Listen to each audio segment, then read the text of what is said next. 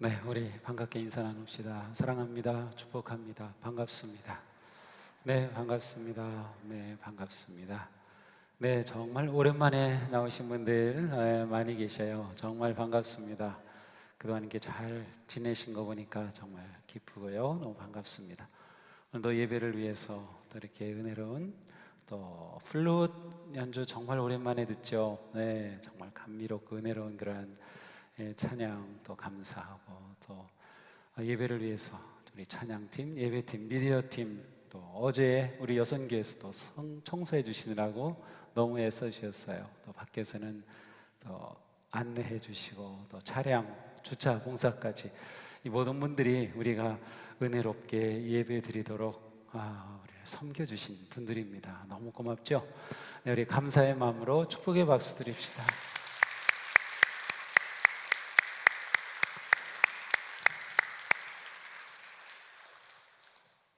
우리가 존경하는 사도 바울은 정말 우리 기독교 역사에서 꼽을 아주 중요한 지도자였습니다.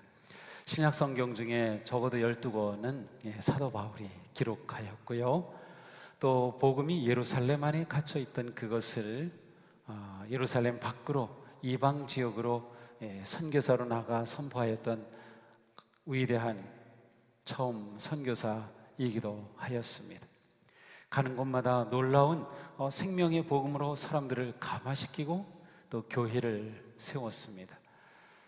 그때마다 바울은 사실 우리가 상상할 수 없는 많은 어려움, 시련, 역경, 고난을 겪었습니다.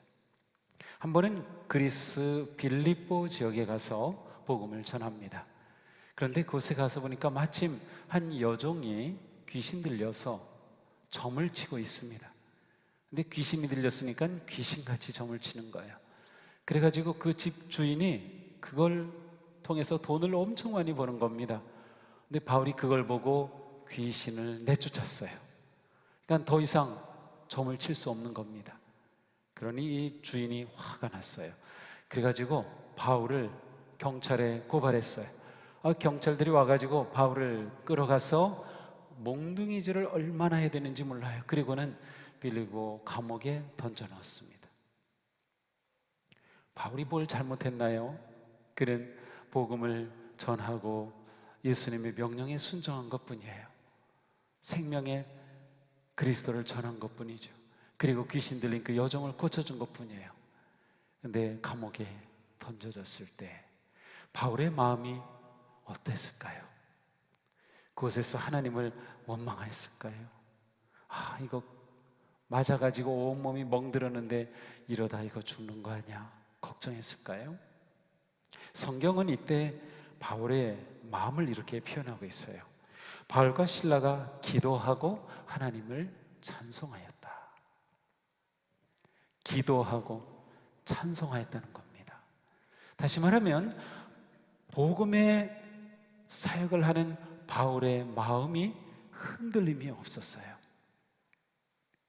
비록 자신은 감옥에 던져졌다 하더라도 그의 영혼은 조금도 흔들림이 없이 오히려 하나님을 찬양하는 그의 모습을 보여줍니다.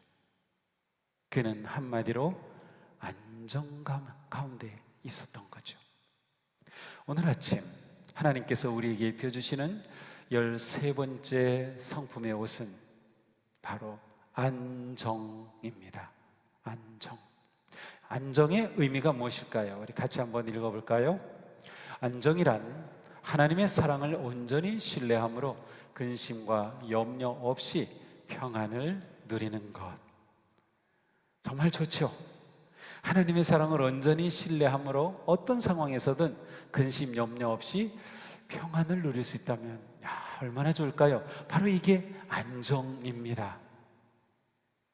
우리가 갖춰야 할 성품입니다. 안정과 평안은 거의 같습니다. 그래서 바울이 평안하고 안정감을 누린 것을 우리에게 보여주고 있는 거예요. 안정의 반대말은 무엇일까요? 우리가 너무도 잘하는 거. 네, 바로 걱정입니다. 걱정은 하지 말라고 해도 다 잘하더라고요. 저를 봐도 그래요. 누가 저보고 걱정한 거 가르쳐 준 적이 없어요. 그래도 걱정은 왜 이렇게 잘하는지 몰라요. 안정 혹은 안정감. 자, 오늘 우리는 이 새로운 성품으로 초대받았습니다. 성경에 안정이라고 하는 단어를 찾아보니까 이러한 의미가 있어요. 신뢰하다, 안전하다, 확신하다, 걱정이 없다, 근심이 없다, 이러한 뜻이 있습니다. 사도 바울은 고린도 교회에 편지하면서 나는 여러분이 염려 없이 살기를 바랍니다, 이런 편지를 했어요. 바꿔 말하면 나는 여러분이 안정의 성품을 갖추기를 바랍니다, 그러한 뜻이기도 합니다.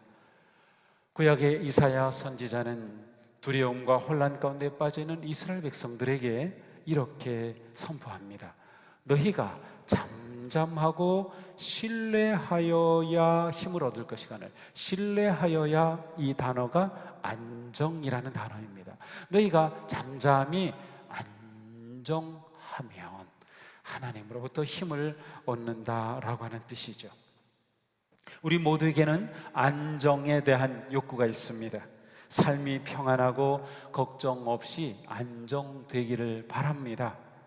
심리학자 매슬로우는 모든 사람들이 가지고 있는 근본적인 욕구를 말한 적이 있어요.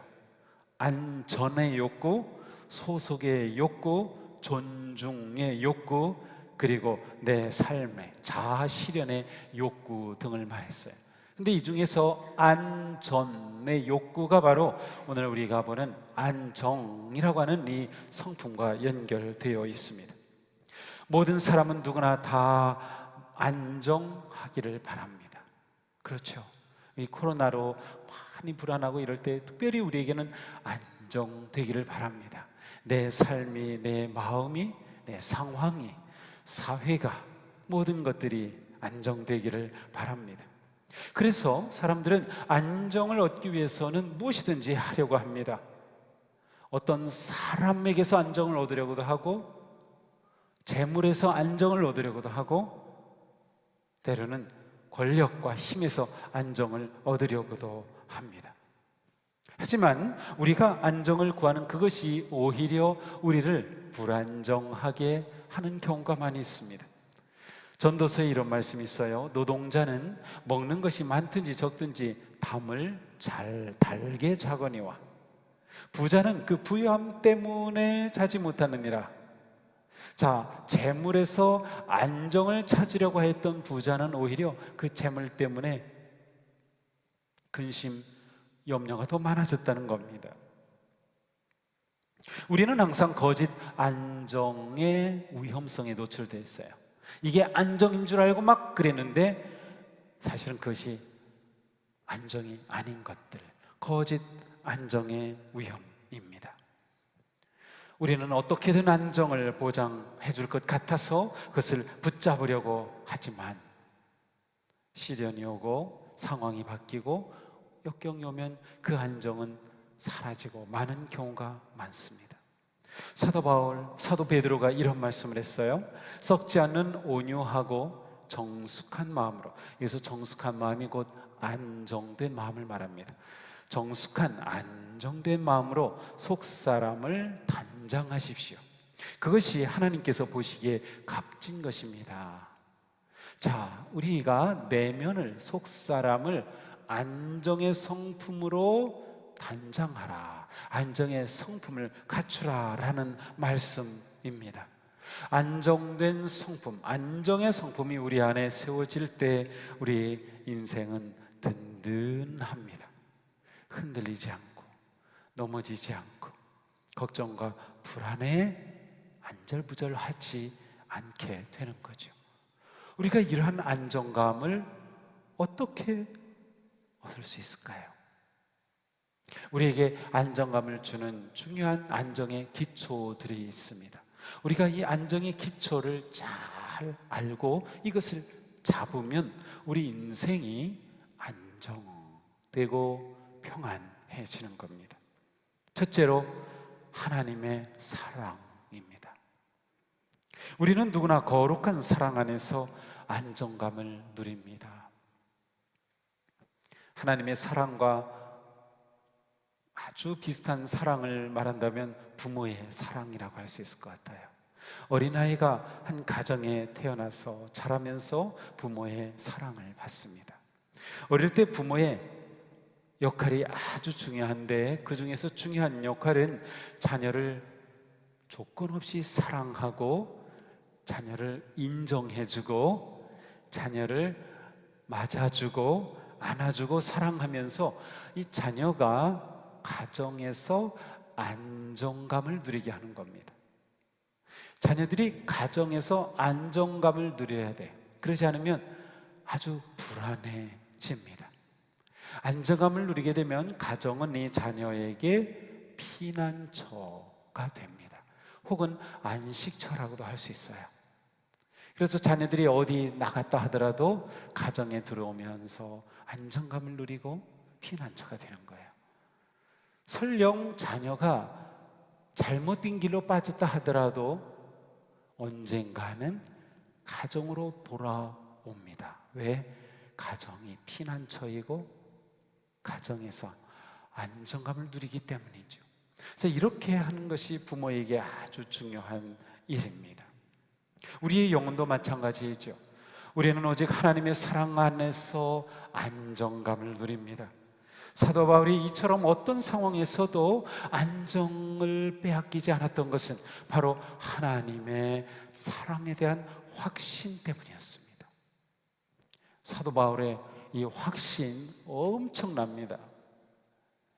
이런 확신, 우리에게 이러한 확신만 있다면 우리도 바울과 같은 그러한 평안과 안정의 삶을 살 것이 분명합니다. 자, 오늘 본문 말씀에요, 얼마나 확신했는지 한번 함께 읽어보겠습니다. 나는 확신합니다. 죽음도 삶도 천사들도 권세자들도 현재일도 장래일도 능력도 높음도 깊음도 그 밖에 어떤 피조물도 우리를 우리 주 예수 그리스도 안에 있는 하나님의 사랑에서 끊을 수 없습니다. 야, 얼마나 확신에 넘쳐납니까? 그 무엇도 하나님의 사랑의 줄, 하나님하고 나하고 딱 연결된 그 사랑의 줄에서 무엇도 끊을 수 없다는 거예요. 이것이 바울이 가지고 있었던 확신이었습니다. 하나님의 사랑의 확신, 하나님의 사랑에 대한 믿음, 그 사랑의 줄을 단단히 붙잡았기 때문에 그에게 평안함과 안정감이 있었던 것이죠. 이 세상에는 어떤 줄이라 하더라도 끊어집니다. 그런데 우리가 그 줄을 잡으려고 하였다가 안정감을 놓치는 것이죠. 바울은 하나님의 사랑의 줄을 잡았습니다. 예레미야 선지자는 하나님의 사랑을 이렇게 선포합니다. 나는 영원한 사랑으로 너를 사랑하였고 한결같은 사랑을 너에게 베푼다. 하나님께서 예레미야를 통해 이스라엘 백성들에게 주신 사랑의 말씀이에요. 오늘 우리에게 주시는 말씀입니다. 나는 영원한 사랑으로 너를 사랑하였고, 나는 영원한 사랑으로 김권사 너를 사랑했어, 나는 영원한 사랑으로 박집사 너를 사랑했어 라고 말씀하시는 겁니다. 하나님의 사랑은 영원하며 한결같기 때문에 그 사랑이 우리의 안정과 평안을 위한 흔들림 없는 기초가 되는 거예요. 그래서 우리는 그 사랑의 줄을 잡아야 하는 것이죠. 우리가 세상의 다른 줄을 잡으려다 무너지는 경우가 많이 있습니다. 그래서 평안하지 못한 거죠. 우리가 하나님의 사랑을 신뢰할 수 있다면 우리는 바울처럼 언제나 평안함과 안정함으로 내 인생이 흔들리지 않은 겁니다. 견고합니다. 내 바람 붑니다. 어려움 옵니다. 그러나 내 인생이 무너지지 않은 겁니다. 다음으로 우리는 거룩한 교제 속에서 안정감을 누립니다. 안정이라는 것은 소멸되거나 끊어지거나 파괴되거나 흔들리지 않는 것을 잡는 것이 안정을 얻는 길이에요. 그러니까 우리가 무엇을 잡느냐가 중요하죠. 하나님의 사랑의 줄을 잡는 게 중요하다고 말씀을 드렸어요. 성령님께서는 우리가 하나님의 자녀라고 하는 것, 그래서 우리는 하나님의 자녀로서 하나님의 사랑 안에 있다는 그 확증을 해주시는 분이셔요. 하나님은 친히 우리와 함께 하시죠. 저는 예수님께서 남기신 그 마지막 말씀, 내가 세상 끝날까지 너희와 항상 함께 있으리라, 이 말씀이 얼마나 은혜롭고 고마운지 몰라요. 함께 해주시겠다는 겁니다. 함께 해주시겠다. 자, 그런데 하나님의 사랑과 진리의 말씀은 단지 머리로, 생각으로, 사상으로가 아니라 생생한 관계이며 생명입니다. 하나님의 사랑은 우리와 아주 살아있는 그러한 밀접한 관계입니다. 그 사랑이 우리에게 생명을 줘요.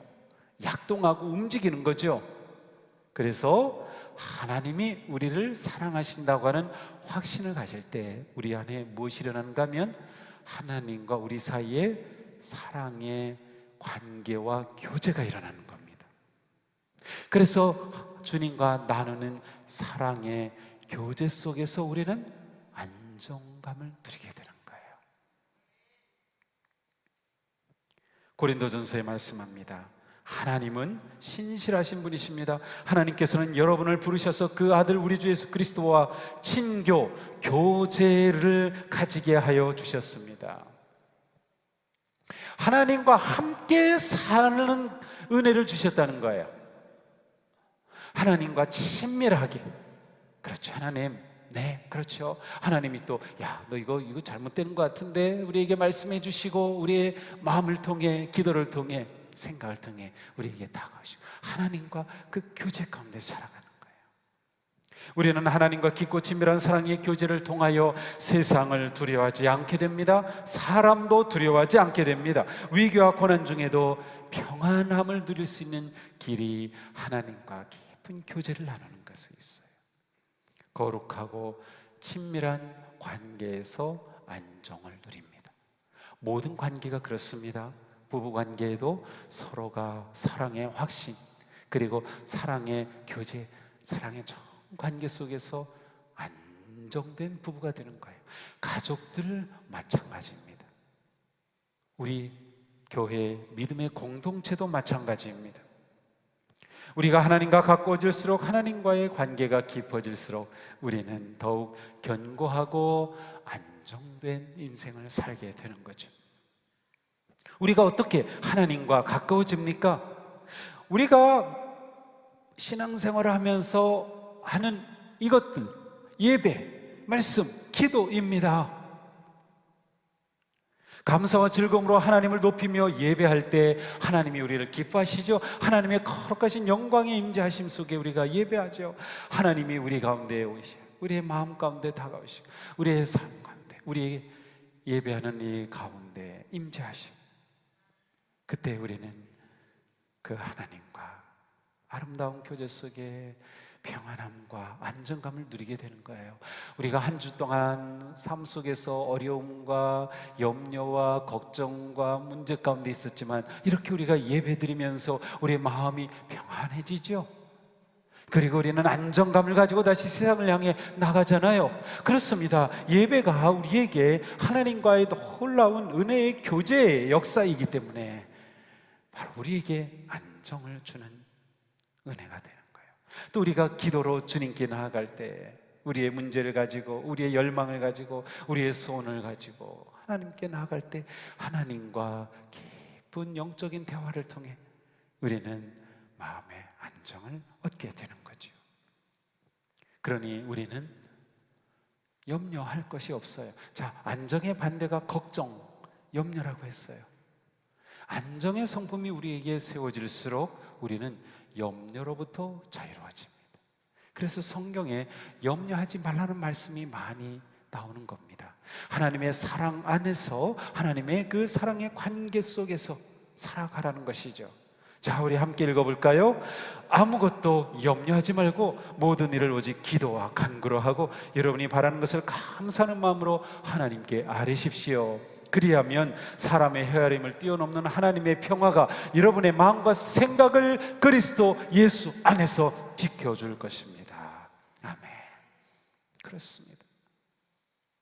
우리와 함께 하시는 사랑의 하나님이 우리의 마음을 평안하게 지켜주시는 겁니다. 기도는 불안하고 걱정하는 마음에 평안과 안정을 가져다주는 은혜의 길입니다. 우리가 기도에 힘써야 할 이유가 여기에 있습니다. 우리가 하나님과 나누는 거룩한 교제는 형제 자매의 교제로 확대됩니다. 가족 간의 교제도 마찬가지고 형제 자매의 교제, 우리 믿음의 성도들의 교제로 확대가 됩니다. 사도 요한의 말씀입니다. 우리는 여러분도 우리와 서로 사귐을 가지기 바랍니다. 사도 요한은 주님과 아주 최고로 친밀한 제자였어요. 주님과 아주 가까운 그런 관계 속에서 어느 정도 가까운가 하면 주님의 심장이 벌떡벌떡하는 그 소리를 들으며 주님의 품에 기댔던 제자가 요한입니다. 그 주님과 친밀한 교제를 경험한 요한이었기에 이렇게 말씀하는 거예요. 여러분도 우리와 서로 사귐을 가지게 되기를 바랍니다. 성도의 믿음의 교제가 있기를 바란다는 거죠. 우리의 사귐은 아버지와 또 그의 아들 예수 그리스도와 함께 하는 사귐입니다. 그렇습니다. 우리가 하나님의 사랑으로 서로 교제를 나누게 될 때 우리의 마음이 평안해지고 우리의 삶이 안정감을 찾게 됩니다. 이렇게 우리가 와서 예배 드릴 때 그냥 하나님 앞에 내가 예배 드리는 것으로 끝나지 않죠. 옆에 계신 분이 있죠. 인사하고 축복합니다. 함께 찬양하기도 하죠. 근데 이게 아무것도 아닌 것 같지만 바로 옆에 계신 그분, 또 들어오고 나가면서 만난 그 성도님들의 얼굴을 본 것, 그것 자체가 우리에게 평안함을 준다는 것을 아시나요? 내 영이 믿음의 가족의 얼굴을 보는 것으로 평안함을 누립니다. 아이가 엄마 아빠가 안 보이면 막 울다가도 엄마 얼굴만 이렇게 보면, 아빠 얼굴만 보면 금방 평안해지는 것처럼 우리가 하나님의 얼굴을 봐도 그렇고 성도의 얼굴을 봐도 그래요. 성도의 교제가 이렇게 놀라운 겁니다. 간혹 어떤 성도님들이 오랜만에 예배드리고 나서 저에게 문자를 보내, 목사님 오늘 목사님 얼굴 보니 너무 좋습니다. 평안합니다. 근데 제 얼굴에 뭐가 있어서 그런 걸까요? 아니에요. 우리가 믿음의 교제를 나누는 믿음의 가족이기 때문에 우리가 그 아름다운 사랑의 교제를 나눌 때 우리의 마음에 평안, 안정의 성품이 생겨나는 것입니다. 우리는 이렇게 하나님과 친밀한 교제를 통하여 또한 성도 간의 사랑의 교제로 안정의 성품을 세워갑니다. 자, 또 우리는 하나님의 보호하심 가운데 있음을 확신할 때 참 평안과 안정을 누리게 됩니다.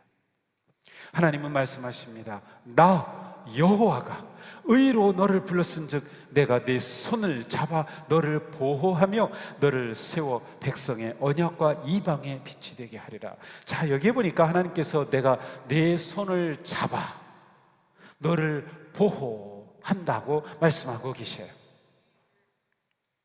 자, 사도 바울이 하나님의 그 사랑의 줄에서 끊을 수 없다 그랬어요. 바로 하나님의 그 손, 우리를 잡으시는 그 손이 사랑의 줄입니다.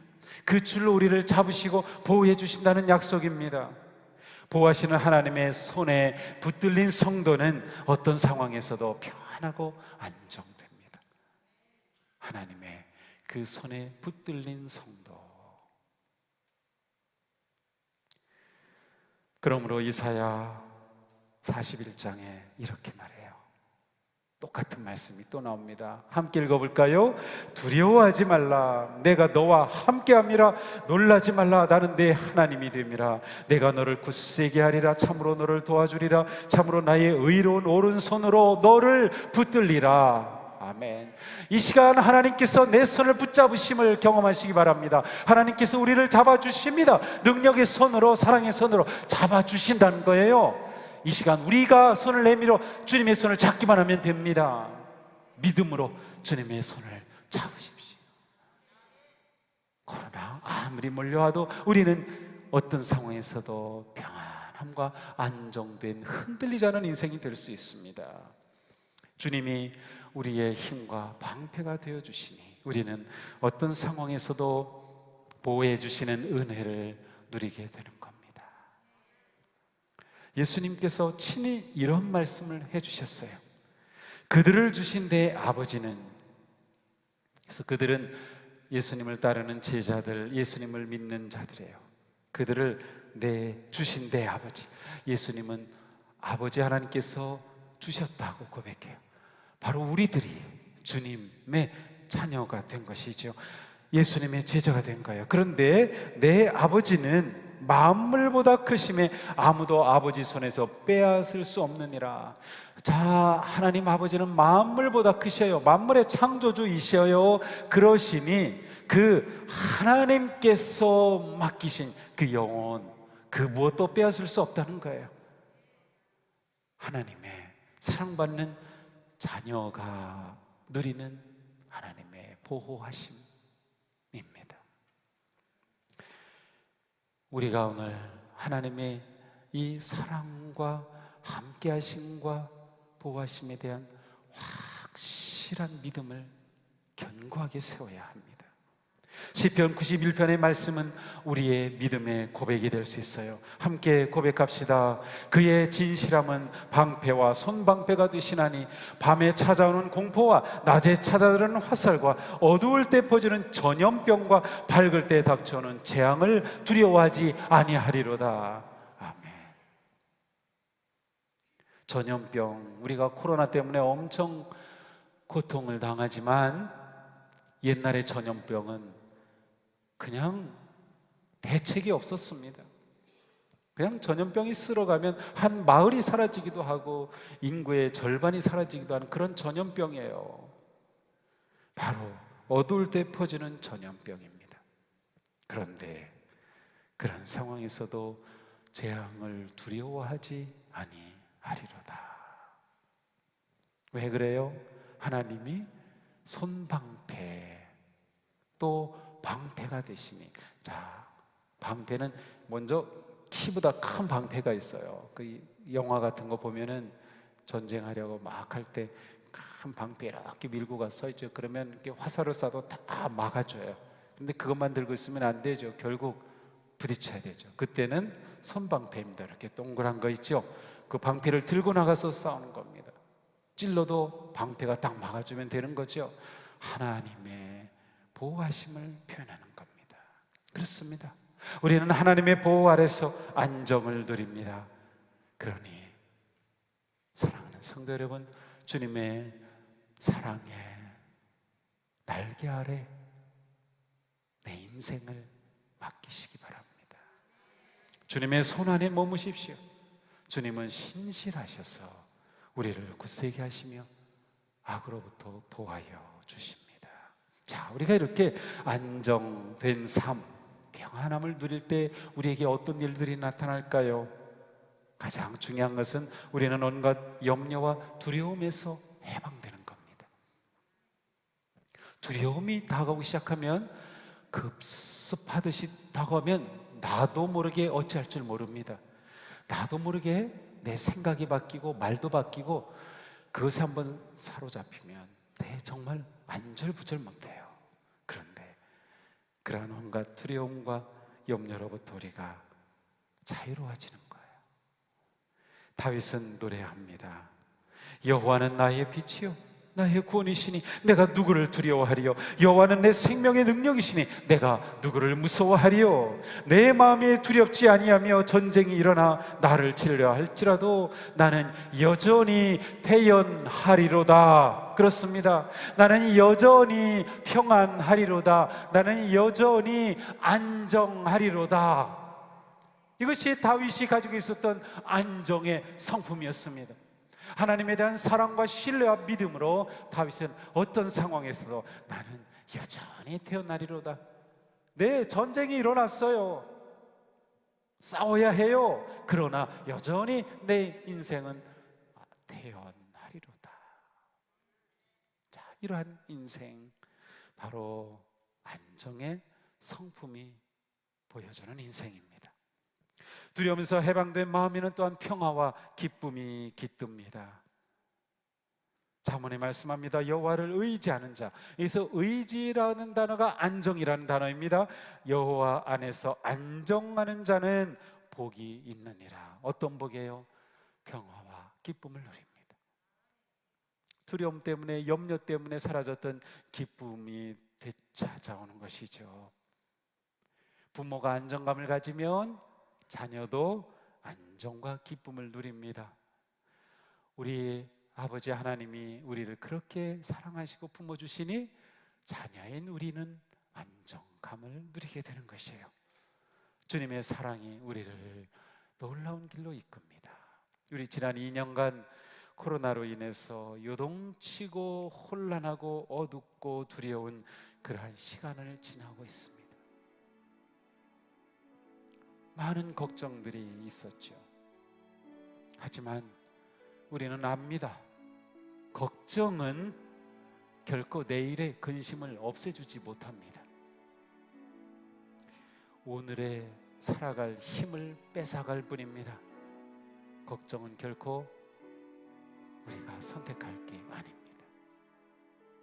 우리 함께 불안과 걱정을 넘어서서 안정과 평안의 삶으로 나아가기를 축복합니다. 안정은 하나님께서 쉬지 않고 나를 사랑하고 돌보신다는 믿음으로 세상의 모든 염려에서 자유롭게 해방되어 평안함을 누리는 것입니다. 오늘 하나님께서 우리에게 이 은혜를 주시려는 겁니다. 우리에게 안정의 성품의 옷을 입혀주시며 나는 내가 어떤 상황에서도 내 사랑을 신뢰하며 내가 너를 보호하여 줌을 신뢰하며 내가 평안함 속에 복된 삶이 되기를 바란다. 그것이 하나님의 우리에게 주시는 마음입니다. 사랑하는 성도 여러분, 그러니 우리는 하나님의 사랑과 그 은혜의 품 안에서 주님을 바라보며 어떤 상황에서도 흔들림 없이 평안하고 안정된 삶에 승리하기를 축복합니다. 자, 과연 나는 얼마나 안정을 누리고 있는가 생각해봐요. 나는 세상과 사람이 아니라 주님을 의지하고 있습니까? 나는 하나님이 나를 사랑하고 계심을 확신합니까? 나는 정기적으로 믿음의 공동체에서 예배하고 친밀한 교제를 나누고 있습니까? 나는 기도의 시간을 우선순위에 두었습니까? 나는 믿음의 가족 안에 거하고 있습니까? 자, 우리 안정의 성품을 위해서 결심합시다. 함께 읽겠습니다. 나는 어떤 상황에서도 하나님의 사랑을 굳게 믿겠다. 나는 세상과 사람에게서 안정을 찾지 않겠다. 나는 모든 일에 기도하겠다. 나는 하나님의 손을 놓지 않겠다. 나는 예배의 삶에 집중하겠다. 그렇습니다. 사랑하는 성도님, 하나님께서 입혀주신 이 안정의 옷을 입고 한 주간도 기쁨과 평안의 삶으로 활활 날아오르는 행복한 성도가 되기를 주님의 이름으로 축복합니다.